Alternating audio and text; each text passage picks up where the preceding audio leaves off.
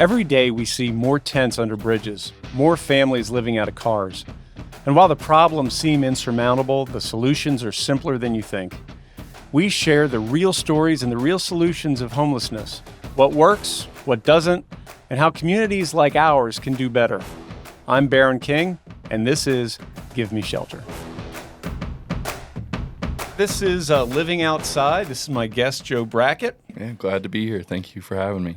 So you've all heard me talk about our work at the Chat Foundation, and the Chat Foundation is a brick and mortar facility located in downtown Chattanooga. And the folks that we serve that are struggling with homelessness, they come to our facility, and then we do our work from there. However, Chattanooga, like many places, has remote homeless encampments, and they are at such a distance that they can't come to our facility to get services. So I want to introduce you somebody that provides services to these folks, and it's Mr. Joe Brackett. Joe, thanks for being here today. So Joe works through an organization called the ROC, the Regional Outreach Cooperative. Joe, tell us what the ROC is. Sure. So it's really, that last word is truly what it is. It's a cooperative in the truest sense of what that word means. And so it's not owned by one particular nonprofit or group or individual. It's truly outreach workers in our community coming together to say, hey, we all want to serve those experiencing unsheltered homelessness in our community well. And so the best way to really do that is to work together in a cooperative manner. And so there are several different entities, faith groups, nonprofits, even local government involved with this thing that we're calling the Regional Outreach Cooperative, or the ROC, which I am a part of, but I'm not employed by them. I just cooperate within it. So tell us a little bit, who do you work for? Because that's part of the mix. Sure. Yeah. So I work for Homeless Healthcare, which is a medical facility for our primary service. It's federally funded by the federal government to provide primary care services to those experiencing homelessness in our community, so that our emergency rooms and our hospitals don't have to bear the weight of that service and the expense of that service. And so the federal government gives us our funding, and that funding is held by the Hamilton County Health Department. And so it's an understanding that if we exist to provide that primary health care service for those experiencing homelessness, it's going to save our community money to be able to provide that. And so that's our primary mission, goal, opportunity that we can provide folks that come in to see us, which are right across the street from the Chat Foundation. So your lovely neighbors across the way, that's where we're located on 11th Street. And so, but that's not the only thing that we do at Homeless Healthcare. We understand that people are not just a summation of their medical needs, but there's a whole lot more that goes into being a person. And so we try to address people as a whole. And so we have a team of case managers who meet with those individuals that come in to see us for social needs, working to identify what those needs are and doing our best to connect to local resources that may meet those needs. And then there's me. I'm the outreach worker, the outreach team, the outreach guy. My business cards just say outreach, so I get to put whatever after that I want. So we'll go with specialists today, outreach specialist. I like that. I like that. And outreach is one of those words that makes people ask questions too, right? Right. What is outreach? Mm-hmm. So based on that, when you and your team goes out in the field, what kind of things do you do? What kind of services do you provide? Sure. So we are really trying to identify where people are. That's the main goal, is to identify, okay, where are people staying in our community, and that can look very different from place to place. So sometimes those places look like under a bridge, or deep into the woods, up a steep hill, behind an abandoned building, inside an abandoned building, living in your car, or just standing on the street corner or in a parking lot. And once we meet people there and find them there, it's a conversation is started by the handing of a supply bag usually. So we're handing people a lot of things like non-perishable food, water, hand warmers right now with it being cold here, winter hats and gloves along with that, blankets, sleeping bags, tarps, tents, toilet paper, hygiene products, Narcan if that is needed, and requested. And so just a whole slew of things that we are offering in that regard. But that's the beginning of the conversation. That's the beginning of the interaction. And sometimes it's also the end of the interaction, depending on, how the person's feeling and how much they want to engage with us. But from there, it goes beyond just the supplies. And I do a lot of talking to our volunteers that come out that are just like, is this it? Is that all we're doing? But the supply bags are just the beginning in the way of once you hand somebody a supply bag for maybe the 10th time or the 20th time or the 30th time or maybe the 60th time, maybe there's a further conversation and a further interaction where we're talking about things like housing or rehab or what their medical concerns are or those other social needs that may need to be addressed. And we are thankful through the Regional Outreach Cooperative to have connections to a lot of those things. But all of those things, all those connections are created based off of the client saying that they need those things. And so there's always the question after we hand the bag, give the thing, the initial need, or the initial goods that are appreciated. It's the question of, is there anything else that we can help with? Yeah. And a lot of times that can be a pretty paralyzing question whenever you're constantly living in a state of survival and there are so many needs, there are so many things that you do want and need and would appreciate having, to then be asked that question to say, well, I've got the spotlight on me. This is my opportunity to say whatever it is. Right. It's hard to come up with that in the moment. So that's why we ask every time. I would imagine that when you identify a new location of an encampment, you're going in for the first time, it's all about building trust. Yeah. And Absolutely. when I talk to Dr. Hefner on our team, she talks a lot about it takes a while to build that trust. Yeah.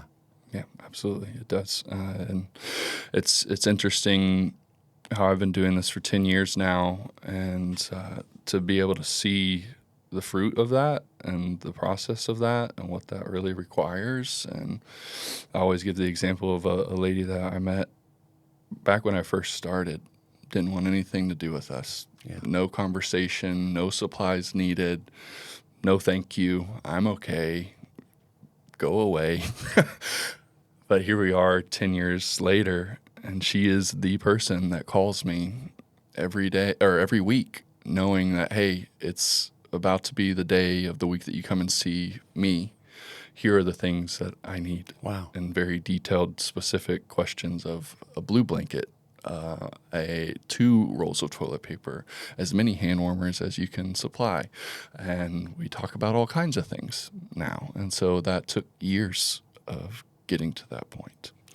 What do you think lies behind somebody not wanting to share what they need?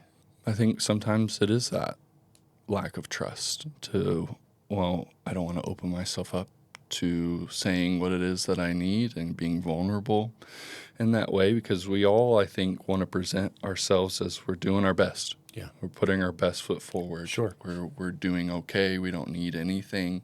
To then go into a vulnerable state to say, well, actually, you're a stranger, but I'm going to be vulnerable with you enough to say, I need help with my drug addiction or my issue with alcohol, or I have a warrant for my arrest and I can't go to work because of that, or whatever it could be. And so it's fear, it's lack of trust, and so it's for us, we have to understand that as my old supervisor at homeless healthcare used to say, this work is not a sprint, it is a marathon in the truest sense of the word and what that means. And I've kind of adopted that phrase to just say nothing in this work is easy. Yeah.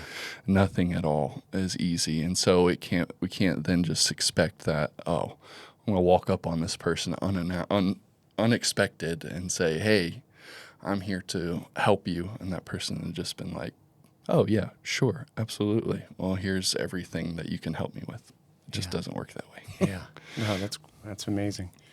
So how did Rock get started? Sure. So about 4 years ago. Yeah, 4 years ago. It was December of 2021. So coming up on 4 years next month. Wow. The Rock has been in existence, and what was happening 4 years ago was I think there was an influx of money, possibly due to COVID, we could say, to where organizations were starting to put more money towards outreach and hiring outreach workers and making that more of a focus and an added service onto what they already did. And that's great and that's wonderful. But what ended up happening was we were showing up to the same places at the same time, having the same conversation, handing out the same stuff. A lot of duplication of services. Duplication was happening all over the place. And we'd run into each other and say, oh, I didn't know that you were going to be here today. And the other person would say, oh, I didn't know you were going to be here today. And so that just happened so many times to where it created an issue that needed solving. And so there were some meetings held by the Chattanooga Regional Homeless Coalition to bring all of those players to the table, all the people that were out doing that work, and saying, hey, raise your hand if you're out meeting these people where they are. We all raise our hands, and okay, well, let's work together. And what needed from that point to agree to say, okay, let's work together, we needed a place to do that. We needed a location to work together out of. And we didn't want a location that was owned by anybody, that could be claimed by one organization or one group. And so we had to identify a neutral spot, and we found a church and First Christian Church right in the middle of UTC's campus to say, hey, we have some empty space that we'd love to see what this looks like. And so First Christian Church allowed us to have a shared storage space for all of our outreach supplies and another room down the hall from that to kind of meet and collectively put our thoughts together. And that's what we've been doing for the past 4 years, is meeting over there in the mornings and deciding, okay, how many people do we have today? How many teams does that mean that we can go out with? And with that, what areas are we going to go to on this day? And so that's what we do. Today we had 2 teams go out. On Wednesdays it gets a little bit special because we have partners with some veterinarians that I went out with today to go identify and address the needs of people who have animals in these encampments to get them vaccinated or whatever else they may need, flea treatment, dewormed. And so I did that today, while the other team, that was comprised of 2 guys from the city's Office of Homelessness and Supportive Housing, went with a doctor that's devoting their time to go out, and they sometimes have a nurse that comes with them, and they went out and just identified and addressed the medical needs that exist for folks that can't make it down to homeless health care or make it anywhere else for these minor things that come up. And so that's just kind of how it works. I've been impressed how organized and professional you guys have made this, because if you go to the website, you can see which day of the week, which encampments are going to be visited, what supplies are necessary, what your guys' organizational needs are. And that's not the only services that go out, right? Right. Shower Up joins you, and I believe some bicycle service happens too. You want to talk about that? Sure. Yeah. So very exciting stuff. Thank you for mentioning our website. Every time I do an interview about the Rock, I tend to forget to even mention it. So ChattanoogaRock.com. ROC. ROC. Don't put the K in there.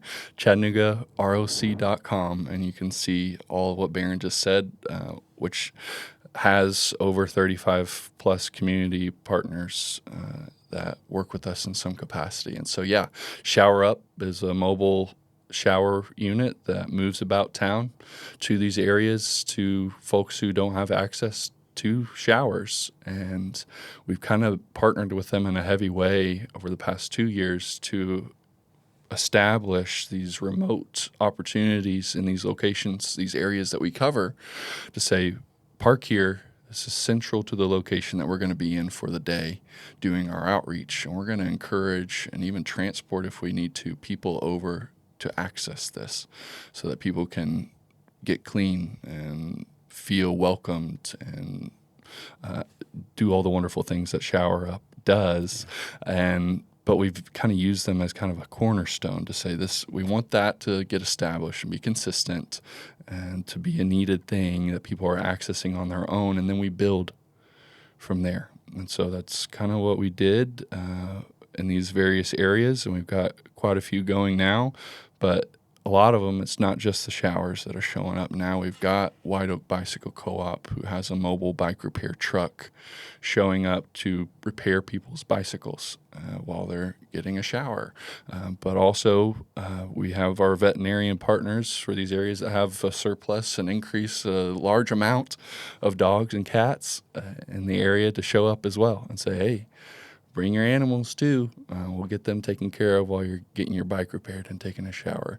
And when our mobile medical unit at Homeless Healthcare is rolling, guess what? It's showing up as well. You can get your refill on your medication. And so it's truly this argument that I'm making to say, do we have a lack of abundance of resources in our community? Is that truly what it is? Or do we have an abundance of resources, but there's a lack of access Sure. to those Distribution. resources? Yeah. And so creating these more mobile, centralized to the area opportunities on a consistent basis, I think, is making the point that no, we have the ability to provide the resources that are needed. It's just folks are not able to access them due to whatever barrier there is. And you can go through the whole topic of the issues that exist within this problem of homelessness, and I think you'd find that that's the case in a lot of them. And I think we mentioned that the organization helps to reduce the duplication of services, but I think what people don't see is when there's duplication of services, that also means that some other group is missing out completely. Yeah. I know that we've had that on a smaller scale. We serve 3 meals a day at Chat Foundation, and maybe once or twice a month, just before we're getting ready to serve lunch, a van pulls up, they open up the back, they start handing out sandwiches. And, it's great. But I usually go out there and meet the person and thank them for their big heart, but then also say, if you want to do this again, let us know, because we just prepared 200 lunches, and that's going to go to waste.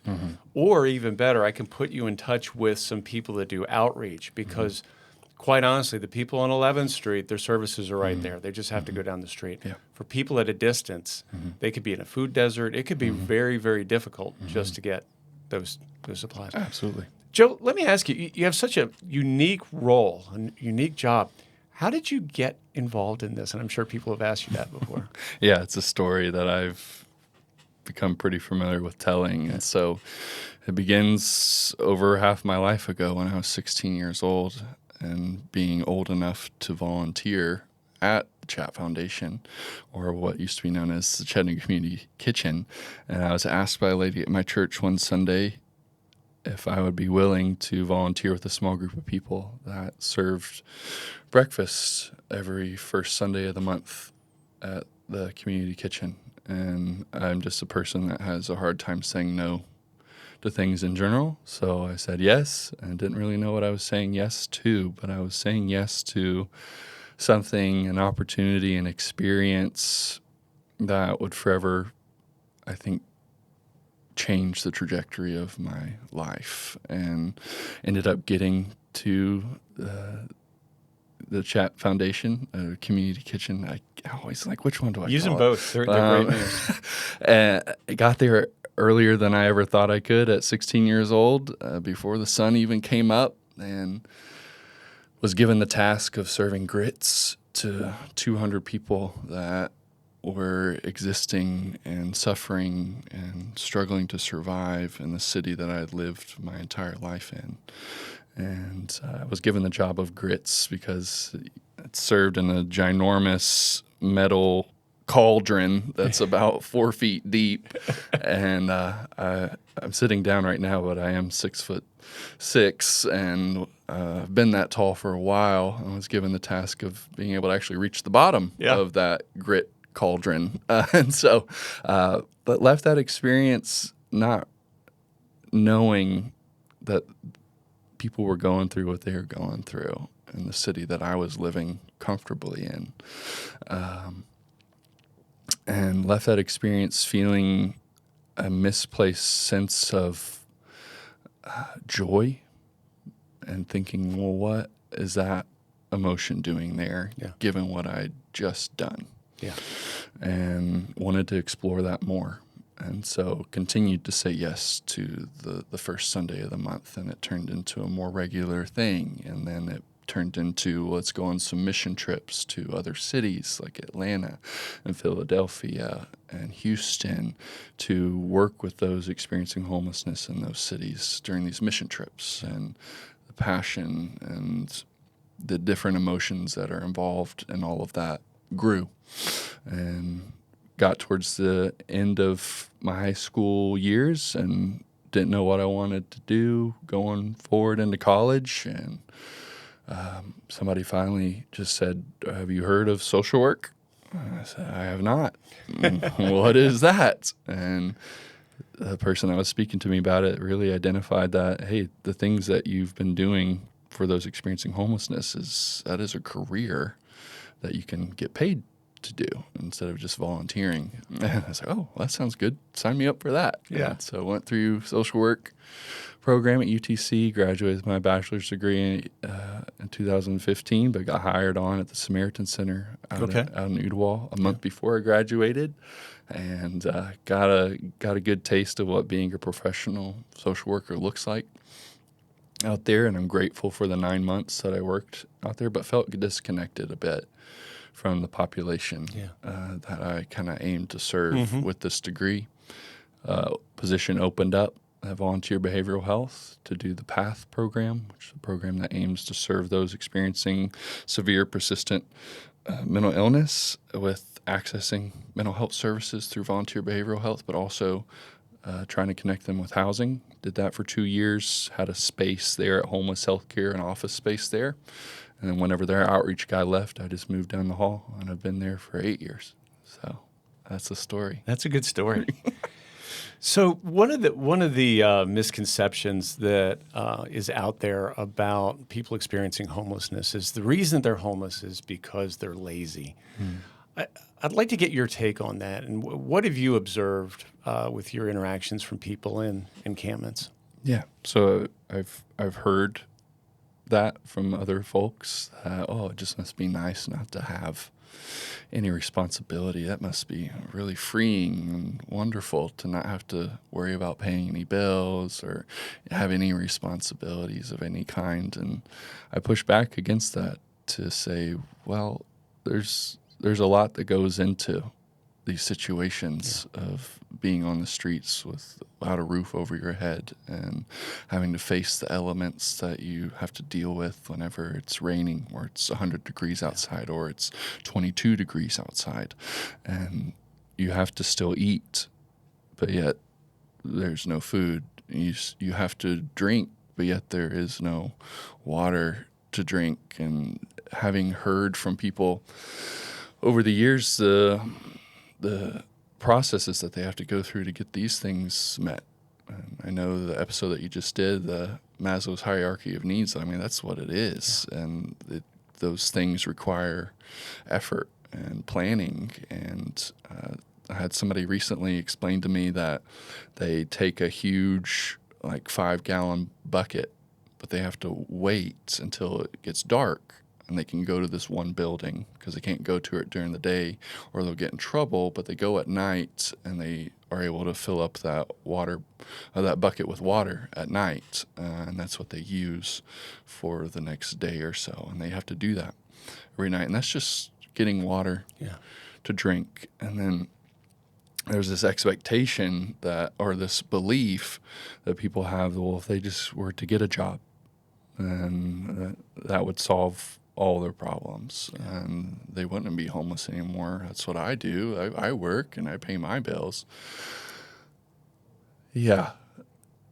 Try doing that, having to worry about the thing that I just described, but also sleeping at night whenever you've got a bunch of other people who don't have the same intention as you that are messing with your stuff or threatening you or creating a unsafe environment for you, or being able to stay presentable and have your clothes clean enough to where you can get hired on at a job or to be rested enough to be able to keep that job once you get it. And then maybe you do get a job at Five Guys and you're making $15 an hour.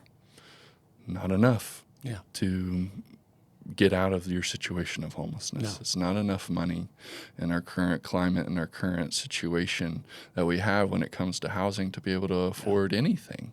And so you show up late because you don't have an alarm clock or you don't have means to stable transportation, and the bus shows up late and you don't get there on time and you get fired. Yeah. These are the struggles. These are the things. It's not just this easy solution. And once you experience failure over and over again, you get to a point where it's just, well, how do I continue to pick myself up and continue to put myself out there like that? And so, sure, occasionally we hear the answer of, well, I'm not interested in these resources that you're offering. I'm content with doing what it is that I'm doing. Yeah. We hear those things, but then we ask some more questions. Why is that your answer? Why is it that you don't want these things? What is your past experience has been like with these opportunities? And it's full of getting our hopes up and failing and falling short, or the pursuit of whatever opportunity leads to more trauma and leads to more heartache and leads to more brokenness. And so how do you then turn around and say, well, just do it again. Yeah. Just try it again. Yeah. It just doesn't. In episode 4, which is not out yet, I talk about the power of the word no, and that we're wired to desire things. We're wired for longing, and yet the longer we go with those unmet longings, it creates this psychic pain. And so we try and kill that idea of longing for something, right? We want it so bad, but every time we think about it, it hurts like hell. Yeah. So we get really creative and I think the presentation of that to other people that don't understand homelessness looks like it's a choice to choose homelessness. While I would say more accurately, it's a self-defense mechanism to stop the internal pain. Yeah, absolutely. I mean, I just had a call from a lady literally yesterday, and she was, talking about, I love how much work you guys are doing. It's great to see what you guys are doing, but it's just got to be tough because I know you got folks out there that they just don't even, if they were to have a place, they wouldn't even know how to keep it. And so yet again, there's this idea that people are not able. Yeah. They're not smart enough, or they're not able to be equipped enough to be able to achieve these things. Yeah. And where does that come from? I think it's just we're conditioned to believe that a homeless person is something other than what we are. Subhuman. Yeah. And you look at any other category, if I didn't have a car, you wouldn't call me a carless person. If I didn't have shoes, you wouldn't call me a shoeless person. But if you don't have a home, so one material things that we have in this world that we call our own, if we don't have it, then if somebody doesn't have that, then we categorize them as a homeless person. Yeah. And it just goes into this conditioning that I think we've all been given through media, through news, through the way this topic is written about, asked about, talked about, to categorize folks that fall into these situations, that end up in these situations of not having a home, not having a house, not living inside, as being incapable. Yeah. You said something when you were describing the story of the person needing to get water at night, every night. I had a conversation with Casey, who works for us but serves on your team, and she's amazing. Yeah. Love her to death. And she was sharing with me that she says the people she encounters at the encampment, some of them are the most industrious people she's ever met. That they have found incredibly creative solutions, but all of their efforts are directed at just surviving. Right. There's so much energy. I wish more people knew that. Yeah. It's not because people are stupid. It's not because people are incapable. If you watch the show Survivor for 39 days. They're trying to stay dry, trying to stay hydrated, trying to be fed, trying to keep bugs off of them. But this isn't Survivor. No. There's no camera crew. There's no medical team nearby. Yeah. Yeah. This is real life. Yeah. And I think people forget that these are real people, real humans that are still human. And I can't tell you the continuous amazement that I have at just being welcomed into these places that I go. Yeah.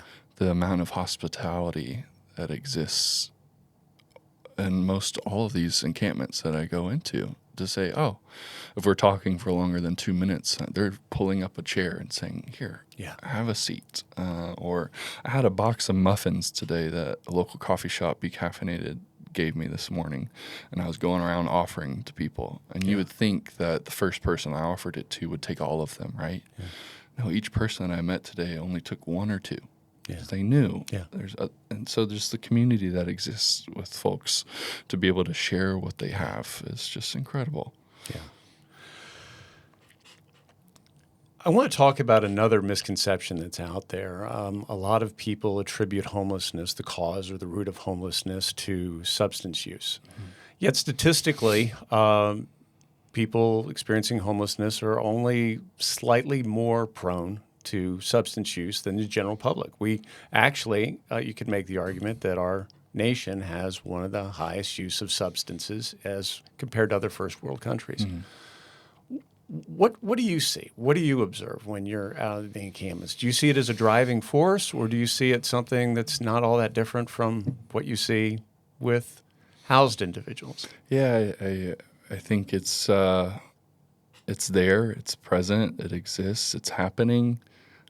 But I believe, we've talked a lot about just the state of survival that exists in these situations, and I think it's just another tool in a lot of ways to aid in various ways to survive. Yeah. And, I was speaking a moment ago about not being able to sleep because you feel unsafe.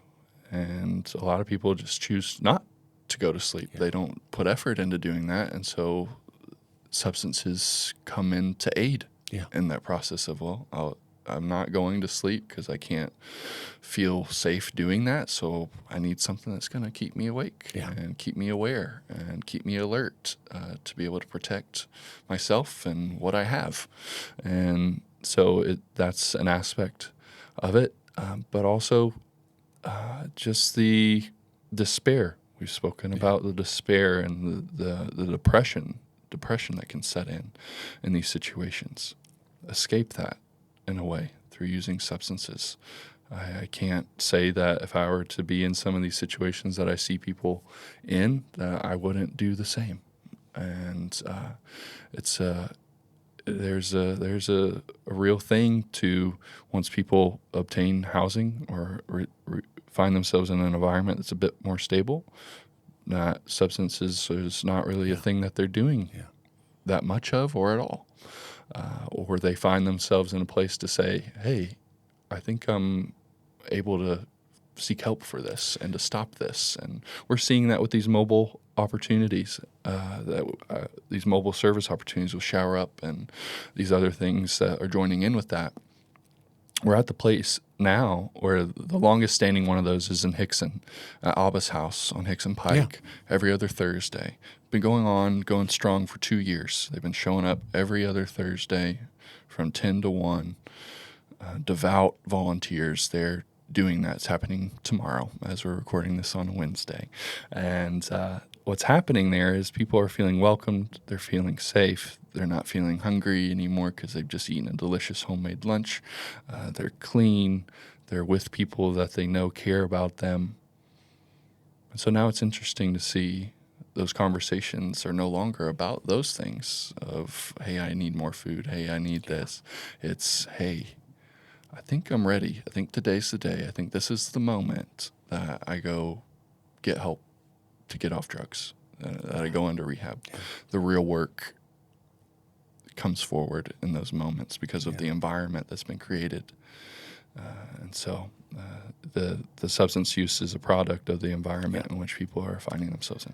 Yeah, I think that, again, going back to this idea that we kind of become a culture that divides people into groups, puts people in buckets, makes it easy to understand, but oftentimes we don't understand it correctly. What we see isn't really what I would say is recreational drug use or careless drug use. This is self-medication that a lot of the folks that we're seeing are struggling with depression, struggling with anxiety, are fearful of falling asleep and being sexually assaulted. And so they don't have psychotropic medications, they don't have money, they don't have prescriptions, they don't have insurance. So they look at the next best thing. And I don't think the listeners to this show, or myself included, have the right to pass too much judgment on that, because really the goal is to survive. And I don't know what I would do in that situation if I was incapacitated emotionally and trying to survive. Yeah, I don't know what I would do. Yeah, and the drugs that are out there right now are scaring a lot of people that are used to a particular stimulant that's being mixed with another completely other thing that is unexpected, and it's either killing them or bringing them to the line of almost dying and scaring them. There's a lot more fear around this topic when it comes to the people that are actually engaging in these things right now. Thanks for listening to Give Me Shelter. If you made it this far in the episode, I invite you to share it with at least one person today, because change happens one conversation at a time. I'm Baron King. We'll see you next time.